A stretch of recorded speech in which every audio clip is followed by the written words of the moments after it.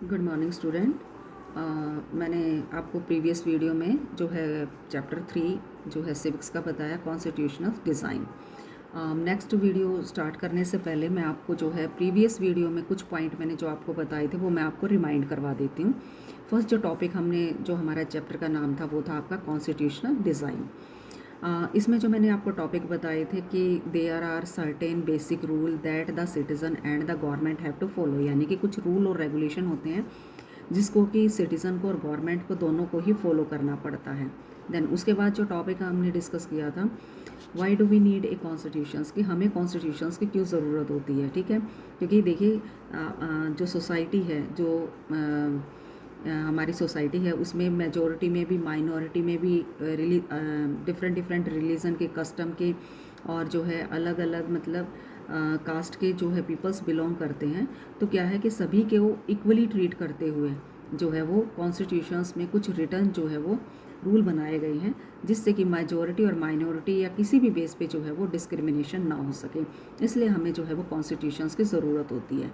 Then उसके बाद जो टॉपिक हमने डिस्कस किया था, how are the constitution draw, यानी कि किस तरह से बना था और किसने इसको डिज़ाइन किया था और उसमें क्या मेन पॉइंट थे, ये मैं आपको प्रीवियस वीडियो में बता चुकी हूँ। और देन उसके बाद हमने लिया था साउथ अफ्रीका का एग्जाम्पल। देन उसके बाद हमने कंपेयर किया था इंडियन कॉन्स्टिट्यूशन से।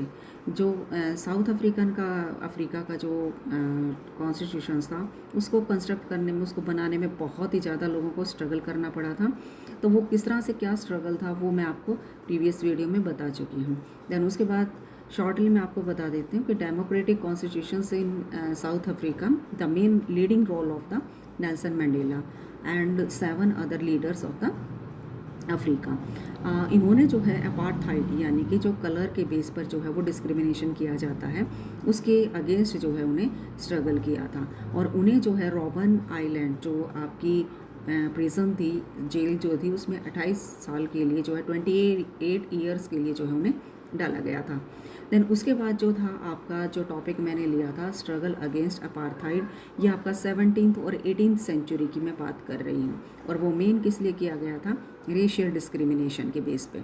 ठीक है, तो जो आपकी अफ्रीका की सोसाइटी थी वो 3 पार्ट्स में डिवाइड थी। ब्लैक जो कि आपके नेटिव जो अफ्रीकन पीपल्स थे, देन उसके बाद वाइट पीपल थे, देन उसके बाद वाइट जो यहाँ पर ईस्ट इंडिया कंपनी के जो पीपल्स थे, ठीक है, ब्रिटिशर जिसको आप बोल सकते हैं। देन उसके बाद आपका मिक्स्ड रेसेस, यानी कि जो इंडियंस पीपल्स यहाँ से अफ्रीका गए थे। देन उसके बाद उनके साथ क्या डिस्क्रिमिनेशन किया जाता था, they were forbidden from living in the white area, यानी कि उन्हें वाइट एरिया में जहाँ पर ईस्ट इंडिया कंपनी के पीपल रहते थे वहाँ पर उन्हें एंट्री की जो है वो परमिशन नहीं थी। They could work in the white area, वो उस वाइट एरिया में काम कर सकते थे इफ़ दे हैव परमिट, उन्हें परमिट मिली होती। देन उसके बाद जो कॉमन प्लेसेस होते थे उनको जो है वो यूज़ नहीं कर सकते थे। देन उसके बाद जो हमने टॉपिक किया था आपका ये था कि 1950 में जो है अपार्थाइड के अगेंस्ट में अफ्रीकन नेशनल कांग्रेस जो है वो ने स्ट्रगल किया था। जैसे कि मैंने आपको बताया कि इंडिया में इंडिपेंडेंस के टाइम पे गेन करने के लिए इंडिपेंडेंस, कांग्रेस जो थी आपकी इंडियन नेशनल कांग्रेस जो है वो एस्टेब्लिश की गई थी। इसी तरह से जो है अफ्रीका में भी अफ्रीकन नेशनल कांग्रेस ने जो है मेन लीडिंग रोल जो है वो प्ले किया था अपार्थाइड को सोसाइटी से रिमूव करने के लिए। देन उसके बाद आपका क्या था कि काफ़ी स्ट्रगल के बाद जो है आपका एक नया कॉन्स्टिट्यूशंस बनाया गया था 26 अप्रैल 1994 को, और इसको कंस्ट्रक्ट करने में जो है 2 ईयर्स जो है वो मिनिमम लगे थे। देन उसके बाद जो था जो साउथ अफ्रीकन जो कॉन्स्टिट्यूशन था वो इंस्पायर करता था सभी डेमोक्रेटिक कंट्री को। ठीक है, यानी कि डेमोक्रेसी को गेन करने के लिए सभी कंट्री जो कॉलोनाइजेशन के अंडर में थे उनको जो है इंस्पायर किया ताकि वो भी जो है वो इंडिपेंडेंट हो सके और एक नया कॉन्स्टिट्यूशन जो है वो एस्टेब्लिश कर सकें। देन उसके बाद जो हमारा ये टॉपिक मैंने आपको बताया था कि कॉन्स्टिट्यूशंस में 1 पर्सन 1 वोट की जो है वो वैल्यू होती है, यानी कि एक जो है पर्सन जो है वोट देता है, जो आज भी फॉलो किया जाता है। Then degree of trust and coordination होना चाहिए, यानी कि देन उसके बाद है गवर्नमेंट की जो पावर है follow the rule of constitution, यानी कि चाहे आप रिप्रेजेंटेटिव की फॉर्म में हो या आप कहीं भी हाई अथॉरिटी से बिलोंग करते हो, आपको सभी गवर्नमेंट के जो आपके कॉन्स्टिट्यूशंस के रूल और रेगुलेशन जो बनाए गए हैं उनके अकॉर्डिंग आपको रूल करना है। देन उसके बाद जो है पावर ऑफ द गवर्नमेंट को वो कंट्रोल करता है हमारा कॉन्स्टिट्यूशंस। राइट ऑफ सिटीज़न यानी कि सिटीजन्स को भी जो है राइट प्रोवाइड करता है। देन उसके बाद एस्पिरेशन या इंस्पिरेशंस या कैसे लोगों की डिग्निटी को जो है ये क्रिएट करता है, यानी कि लोग अपने फंडामेंटल राइट के उसमें जो है फेवर में, मतलब अपने उनको फंडामेंटल राइट को यूज़ कर सकते हैं। देन उसके बाद जो है एक सोशल स्टेबिलिटी जो है वो क्रिएट हो सकती है। देन उसके बाद जो हमारा टॉपिक था वो था आपका making of the Indian constitutions. ये आपका यहाँ से आपका सेकंड पार्ट जो है वो स्टार्ट होता है, ठीक है। ये जो मैं टॉपिक है ये आपको मैं जो सेकंड पार्ट है हमारी, ये सेकंड जो वीडियो है मैं यहाँ से कंटिन्यू कर रही हूँ चैप्टर नंबर 3, और आपके चैप्टर का नाम है आपका कॉन्स्टिट्यूशनल डिज़ाइन।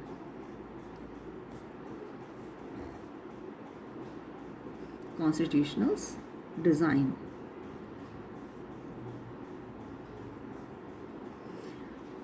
देन अब हम जो है हमने प्रीवियस वीडियो में जो है वो अफ्रीका के कॉन्स्टिट्यूशंस की बात की, उन्होंने किस तरह से डेमोक्रेसी को गेन किया, इसके बारे में बात की। लेकिन अब जो हमारा टॉपिक है, ये जो हमारा चैप्टर है वो हाफ जो है वो इंडियन कॉन्स्टिट्यूशन से रिलेटेड है। तो फर्स्ट ऑफ ऑल स्टूडेंट्स, मैं आपको ये बता देती हूँ कि इंडियन जो कॉन्स्टिट्यूशंस बना था उसको बनाने में जो है लीडर्स जो थे उन्हें बहुत ही प्रॉब्लम को फेस करना पड़ा था। तो वन बाय वन मैं आपको ये प्रॉब्लम जो कौन कौन सी उन्होंने फेस की थी वो मैं आपको कंटिन्यूटी में बताती चली जाऊँगी। तो आपको ये जो है फर्स्ट ऑफ ऑल मैं सेकेंड वीडियो में भी आपको ये बता रही हूँ, आपको सजेस्ट कर रही हूँ कि आपको सबसे पहले जो है वो वीडियो देखनी है। देन उसके बाद आप बुक अवेलेबल है तो आप बुक में से चैप्टर रीड करेंगे। देन उसके बाद आपको PDF नोट करने हैं। बच्चे, आप सबसे बड़ी गलती क्या करते हो कि आप सीधा ही PDF नोट करते हो, जो आपके लिए या किसी भी बच्चे के लिए पॉसिबल नहीं है, क्योंकि आप नए 9th क्लास में आए हो, ठीक है। तो उसमें क्या है कि आपके लिए सभी चीज़ें जो है वो नई हैं, कुछ चीज़ें जो है वो नई हैं, आपने पहले रीड नहीं की हैं। तो बच्चे, आप अगर किसी भी टॉपिक को थ्योरली आप रीड नहीं कर रहे हो तो आप उसके क्वेश्चन आंसर आपको क्लियर नहीं हो सकते। तो सबसे पहले आपको वीडियो देखनी है, 2 या 3 बार देखोगे। देन उसके बाद बुक अवेलेबल है तो आप बुक जो है रीड करोगे। देन उसके बाद आप PDF नोट करोगे। आपके पास बच्चे पूरा वीक होता है, ठीक है, आप उसमें ईजिली जो है आप कर सकते हो।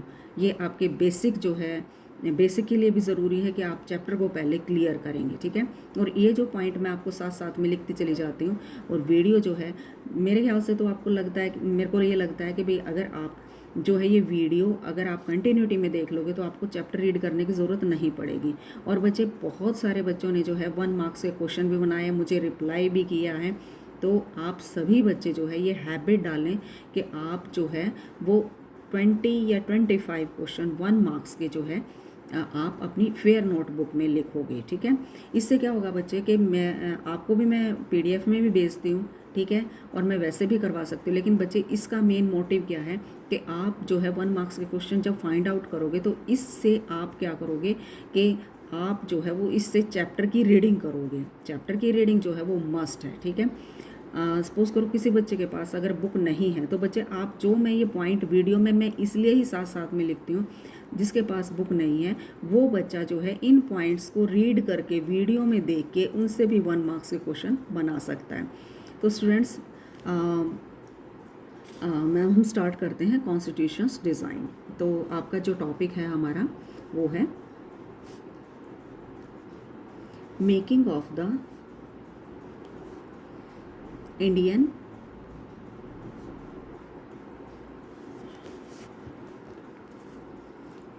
कॉन्स्टिट्यूशंस, ठीक है। यानी कि इंडिया का जो कॉन्स्टिट्यूशंस था वो किस तरह से बना था। फर्स्ट ऑफ ऑल बच्चे जो है, हम जो problem like south Africa, India's constitutions was also drawn up under very difficult circumstances. यानी कि जब इंडियन कॉन्स्टिट्यूशंस बनाया गया उस टाइम पे बहुत सारी प्रॉब्लम को जो है फेस करना पड़ा था, बहुत सारी प्रॉब्लम जो है वो क्रिएट हुई थी। लीडर्स को कॉन्स्टिट्यूशंस बनाने में बहुत ही प्रॉब्लम को फेस करना पड़ा था। वो कौन कौन सी प्रॉब्लम थी?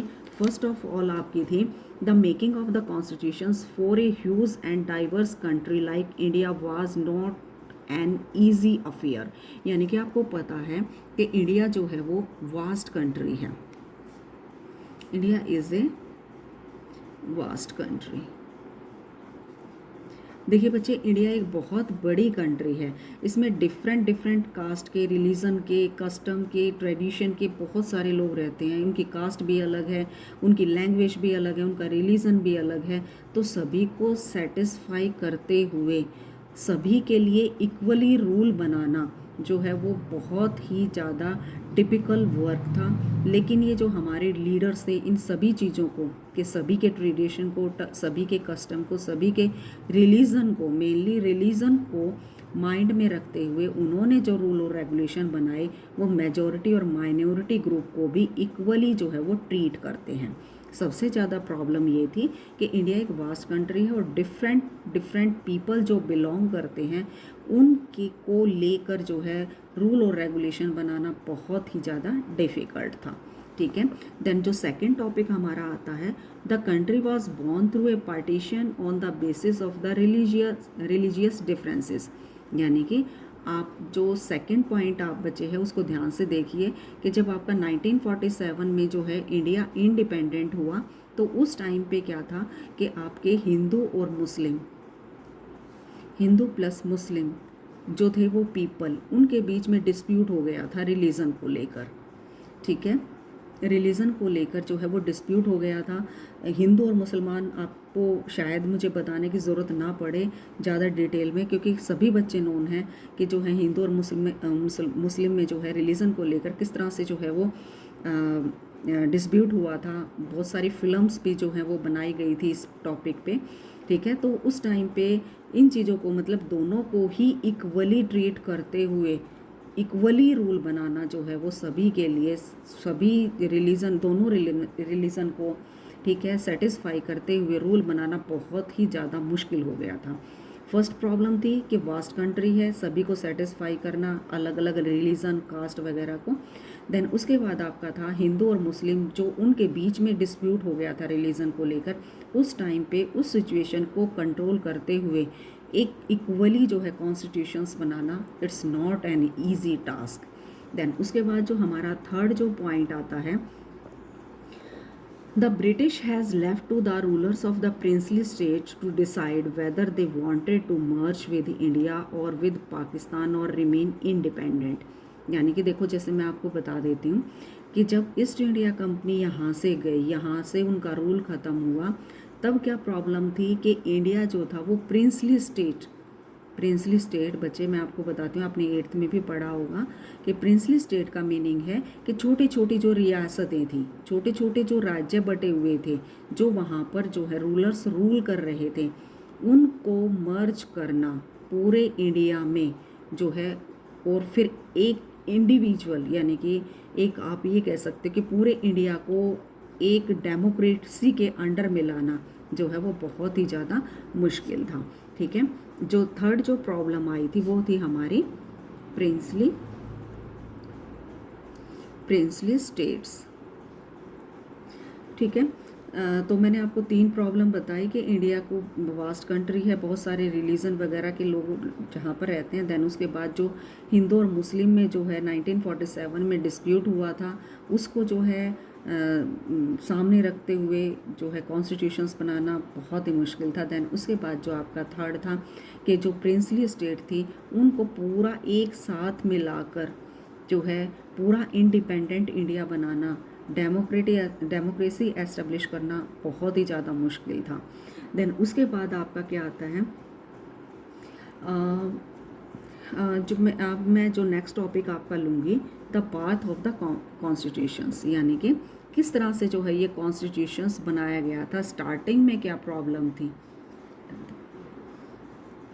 जो नेक्स्ट टॉपिक है वो है हमारा द पाथ ऑफ कॉन्स्टिट्यूशन, यानी कि कैसे बनाया गया था। स्टार्टिंग में अगर मैं इसकी बैकग्राउंड आपको बताऊं तो किस तरह से जो है ये कब बना था, कब इसकी जो है वो भूमिका, या कह सकते हो कि कब इसकी जो है बैकग्राउंड जो है वो बनी थी। तो as far back in 1928 Motilal Nehru and the 8 other Congress leader drafted a constitutionals for India. यानी कि अगर हम बैक में देखें तो 1928 में मोतीलाल नेहरू। देन उसके बाद आपके 8 अदर कांग्रेस मेंबर,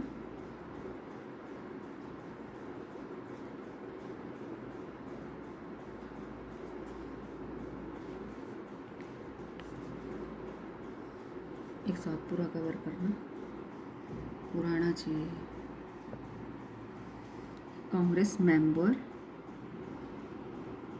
मेंबर्स मतलब 1928 में मोतीलाल नेहरू और 8 अदर कांग्रेस के जो मेंबर्स थे उन्होंने जो है एक जो है ड्राफ्ट कहते हैं बच्चे, जो आप जैसे कि आप कोई भी हाउस कंस्ट्रक्ट करते हो, कोई भी घर बनाते हो, तो उसका पहले आप एक मैप सा बनाते हो, नक्शा बनाते हो कि यहाँ पर ये रूम होगा, यहाँ पर ये होगा, यहाँ पर किचन होगा, यहाँ पर आपकी बालकनी होगी। तो इसी तरह से जो है इन्होंने जो है इंडियन कॉन्स्टिट्यूशंस का ड्राफ्ट जो है वो बनाया था। देन इसके बाद आपका 1931 में the reservation of the Karachi session of Indian national Congress develop a own A how independent. अगर मैं आपको सिंपली उस लैंग्वेज में बताऊं कि 1931 में आपका कराची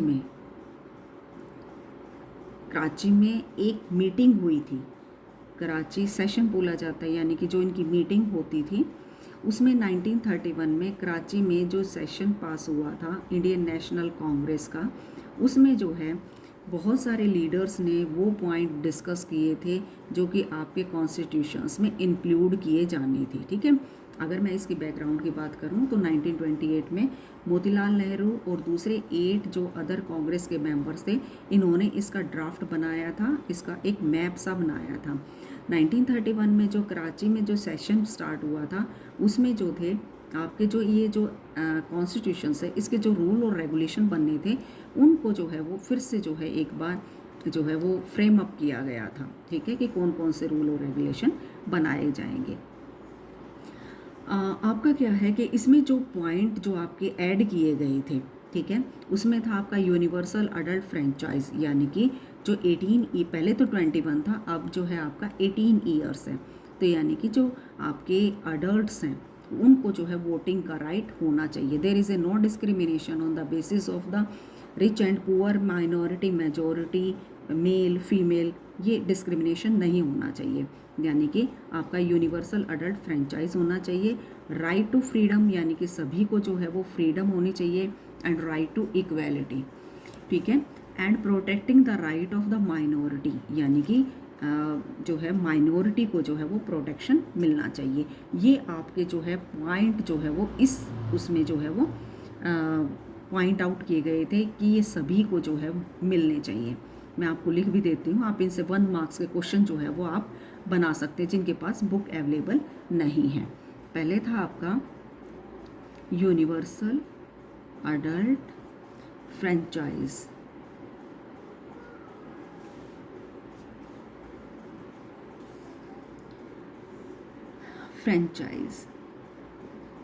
देन उसके बाद आपका क्या है राइट टू फ्रीडम,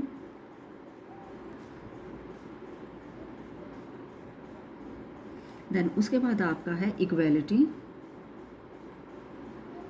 देन उसके बाद जो है प्रोटेक्टिंग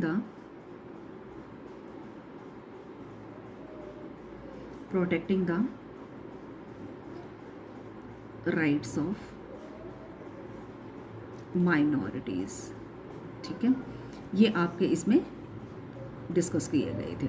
ठीक है, देन उसके बाद आपका क्या था कि एक पॉइंट मैं आपको और डिस्कस करना चाहूँगी कि जो आपका the British rule has given voting right only a few. अगर हम ईस्ट इंडिया कंपनी की बात करें तो जो वोटिंग का जो राइट था ईस्ट इंडिया कंपनी के टाइम पे, तो वो वोटिंग का राइट सिर्फ कुछ ही लोगों का था, यानी कि जो ईस्ट इंडिया कंपनी के फेवर में होते थे, देन उसके बाद जिनके पास प्रॉपर्टी होती थी। ठीक है, तो उसको हम सही तरह से डेमोक्रेसी नहीं कह सकते, क्योंकि डेमोक्रेसी का बच्चे मीनिंग ही यही होता है कि पीपल जो है वो अपने रिप्रेजेंटेटिव को चूज़ करें। यानी कि डेमोक्रेसी की अगर सिंपल डेफिनेशन दी जाए तो वो होगी आपकी people have the right to choose their representative. तो आप जो है इसको जो है डेमोक्रेसी नहीं कह सकते कि आपको जो है कुछ ही लोगों को जो है वो राइट मिले। देन उसके बाद आपका क्या था जो आपका जो मैं मेन टॉपिक आपको जब मैं बताने वाली हूँ वो है many of our leaders were inspired by the, यानी कि अब हमारी कंट्री में जो वो बना आपका कॉन्स्टिट्यूशंस बना, उसको उसको जो है बहुत सारी कंट्रियों से इंस्पिरेशन मिली थी। देन उसके मैं बताती हूँ आपको कौन कौन सी। देन फर्स्ट है आपका फ्रेंच रेवोल्यूशन, जैसे आपने रीड किया, यानी कि फ्रेंच रेवोल्यूशन ऐसा रेवोल्यूशन था जिसने कि सभी कंट्रीज़ को जो है वो इंस्पायर किया था डेमोक्रेसी एस्टेब्लिश करने के लिए। देन उसके बाद आपका रशियन रेवोल्यूशन, जो मैं नेक्स्ट आपका करवाऊंगी हिस्ट्री के चैप्टर में। देन उसके बाद आपका जो आपका मैंने रिसेंट आपको बताया अफ्रीका का, साउथ अफ्रीका, ठीक है। तो बहुत सारे ऐसी कंट्री थी जिन्होंने अपनी डेमोक्रेसी एस्टेब्लिश की। देन उसके बाद उन्होंने कॉन्स्टिट्यूशंस बनाया। ब्रिटेन का भी आप एग्जांपल दे सकते हो, जैसे कि ब्रिटेन का। देन उसके बाद यूएस का भी एग्जांपल दे सकते हो। बहुत सारी ऐसी कंट्री थी जिन्होंने डेमोक्रेसी एस्टेब्लिश की थी और देन उसके बाद उन्होंने अपना कॉन्स्टिट्यूशंस बनाया था। देन उसके बाद आपका जो हमारी कॉन्स्टिट्यूशनल असेंबली बनी वो है हमारा next topic, the constituent assembly. देखिए बच्चे, इसमें आपका क्या था कि जिसमें कि आपके रिप्रेजेंटेटिव थे, मतलब मेन अगर देखा जाए तो हमारे जो मेन लीडर्स थे, जैसे कि आपका है मेन तो आप बी आर अम्बेडकर को बोलोगे, राजेंद्र प्रसाद, जयपाल जी थे, बलदेव सिंह थे, बहुत सारे ऐसे लीडर थे जिन्होंने मेन पार्ट इसमें रोल किया था। देन उसके बाद आपका क्या था कि the constitution assembly that wrote the Indian constitution has 299 member, यानी कि फर्स्ट जो थे आपकी जो असेंबली के 299 जो है मेंबर्स जो है इसमें थे। देन उसके बाद आपका क्या था कि ये जो हमारा the assembly adopted the constitution on 26 नवंबर 1949, यानी कि ये कॉन्स्टिट्यूशंस यहाँ पर बनना स्टार्ट हो चुका था, ठीक है। लेकिन जो है वो सेलिब्रेट किया गया था, यानी कि ये इफ़ेक्ट हुआ था, यानी कि इट कम इनटू इफ़ेक्ट। आपकी डेट जो है आपको पता होगी, मतलब ये इफ़ेक्ट में कब आया था, 26 नवंबर 1914 का, तो मैं 49 का मैंने आपको बताया। लेकिन आपका जो है हम जो अपना गणतंत्र दिवस जिसको आप बोलते हो रिपब्लिक डे, ये आपका हमारा आया था 26 जनवरी 1950 में, यानी कि हमारे कंट्री जो इंडिपेंडेंट हुई थी उसमें जो है कॉन्स्टिट्यूशन जो है वो इम्प्लीमेंट किया गया था स्टेट को, तभी जो है हम जो है वो आपका रिपब्लिक डे जो है 26 जन को जो है वो सेलिब्रेट करते हैं। देन उसके बाद बच्चे आपका क्या था कि जो इसकी जो कॉन्स्टिट्यूशनल असेंबली थी, ठीक है, उसके बारे में और मैं आपको डिटेल में बता देती हूँ कि जो भीमराव अंबेडकर थे, ठीक है, वो आपकी एक लोअर क्लास से थे, ठीक है, और उन्होंने जो है सोसाइटी में बहुत ज़्यादा डिस्क्रिमिनेशन को फेस किया था। तो उनका जो मेन मोटिव था वो ये था कि जो है सोसाइटी में जो है वो डिस्क्रिमिनेशन नहीं होना चाहिए और जो है सभी को इक्वली ट्रीट किया जाना चाहिए, ठीक है। तो constitutional assembly work in the systematic open and consciously manners, यानी कि इन्होंने बहुत ही सिस्टमेटिक ढंग से जो है इस असेंबली में जो है वो वर्क किया था।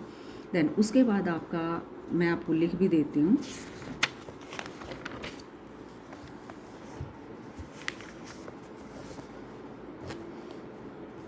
डॉक्टर भीमराव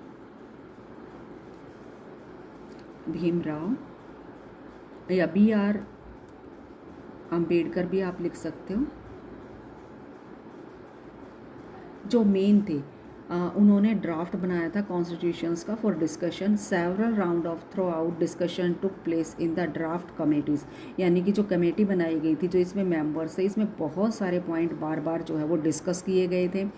देन उसके बाद आपका जो है अप्रॉक्स 2000 अमेंडमेंट वर कंसिडर, मतलब आपके जो इतने अमेंडमेंट जो है वो बनाए गए थे। देन उसके बाद आपका जितने भी इसमें आपको 3 ईयर्स लगे थे अप्रॉक्स। अगर देखा जाए, मैंने आपको साउथ अफ्रीका के बारे में बताया, उसमें 2 ईयर्स लगे थे, और इंडिया का कॉन्स्टिट्यूशंस बनाने में 3 ईयर्स जो है वो अप्रॉक्स लगे थे, ठीक है। देन उसके बाद आपका क्या था कि जितनी भी बातें होती थी, जितना भी डिस्कशन होता था, वो सारा जो है वो रिकॉर्ड किया जाता था, ठीक है। Every documents presented and even every word spoken in the constitutional assembly has been recorded and preserved, यानी कि उसे रिकॉर्ड किया गया था और प्रिजर्व भी रखा भी गया था उसको संभाल के। These are called constitutional assembly debate. इसको हम क्या बोलेंगे?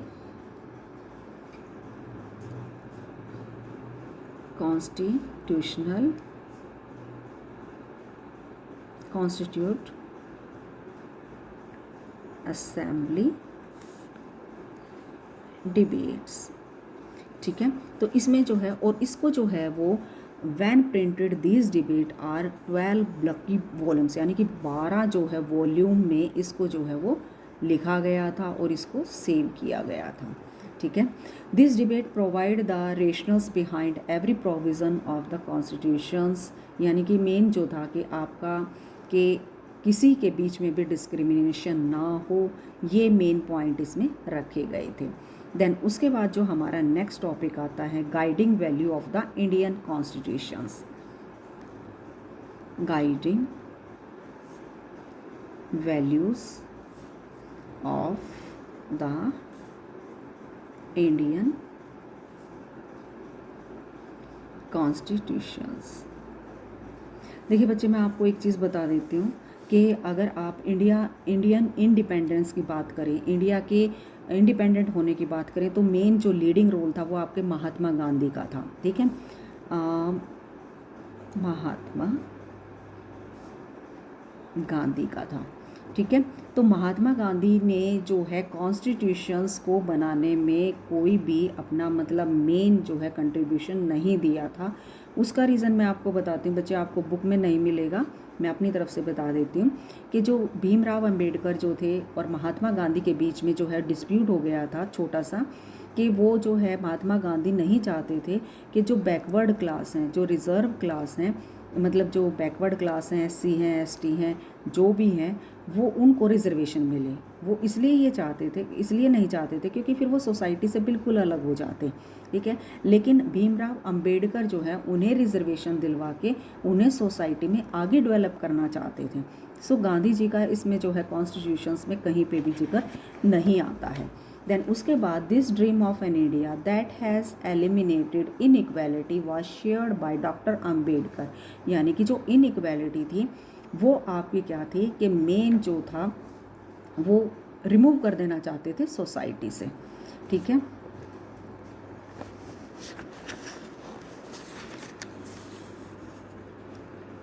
देन उसके बाद आपका क्या था, who play a key role in the make, doctor Bhimrao Ambedkar who played a key role in the making of constitutions. But मतलब मेन अगर देखा जाए तो सबसे ज़्यादा मैं आपको बार बार बता रही हूँ, जैसे कि आपका साउथ अफ्रीका में देखोगे नेल्सन मंडेला का था, उसी तरह से जो है इंडियन कॉन्स्टिट्यूशंस में BR अम्बेडकर का मेन रोल था आपका, ठीक है। देन उसके बाद आपका जो हमारे जो टॉपिक जो है आता है वो है आपका philosophy of the constitutions. Philosophy of the constitutions, यानी कि क्या फिलॉसफी थी इसकी, ठीक है। The constitutions begin with a short statement of its basic value, this is called the preamble of the constitutions. देखिए प्रीएम्बल होता है बच्चे जो आप स्टार्टिंग में कोई भी फ्रेम करते हैं किसी भी चीज़ को, मैं आपको डेफिनेशन भी लिख के दे देती हूँ। The constitutions begins with a short statement of its basic values. This is called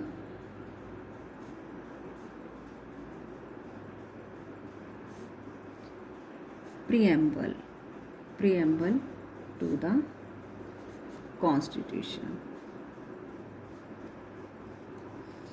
यानी कि शॉर्ट स्टेटमेंट, जैसे कि शॉर्ट में, जैसे कि मैं आपको एग्जांपल देती हूँ, जैसे मैं आपको पूरा चैप्टर रीड करवाऊँगी, उससे पहले जो मैं चैप्टर का इंट्रोडक्शन दूंगी आपको कि बच्चे इस चैप्टर में ये है, ये मेन पॉइंट आएगा, फिर उसके बाद ये मेन पॉइंट आएगा, आपको ये सारा, जैसे मतलब पहले हम चैप्टर के बारे में इंट्रोडक्शन देते हैं, तो उसी तरह से जो है ये मतलब आपकी जो है प्रीएम्बल उसको बोला जाता था, यानी कि शॉर्ट में जो है वो स्टेटमेंट दी गई थी, ठीक है। देन उसके जो बच्चे, अब आप जो मेन पॉइंट नोट करोगे वो हैं आपके जो मेन जो आपके पॉइंट आएंगे कि भाई इसमें कौन कौन से जो पॉइंट हम डिस्कस करेंगे।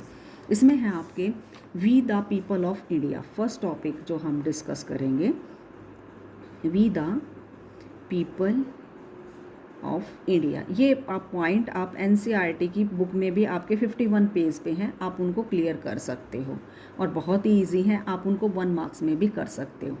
यानी कि इसमें क्या है कि the constitution has been drawn up and enacted by the people through their representative. इसमें क्या है कि we the people of India, यानी कि हम अपने रिप्रेजेंटेटिव को चूज़ करते हैं कि पीपल के पास ये राइट है कि वो अपने रिप्रेजेंटेटिव को चूज़ कर सकते हैं, ठीक है। ये आपका फर्स्ट था आपका, ठीक है।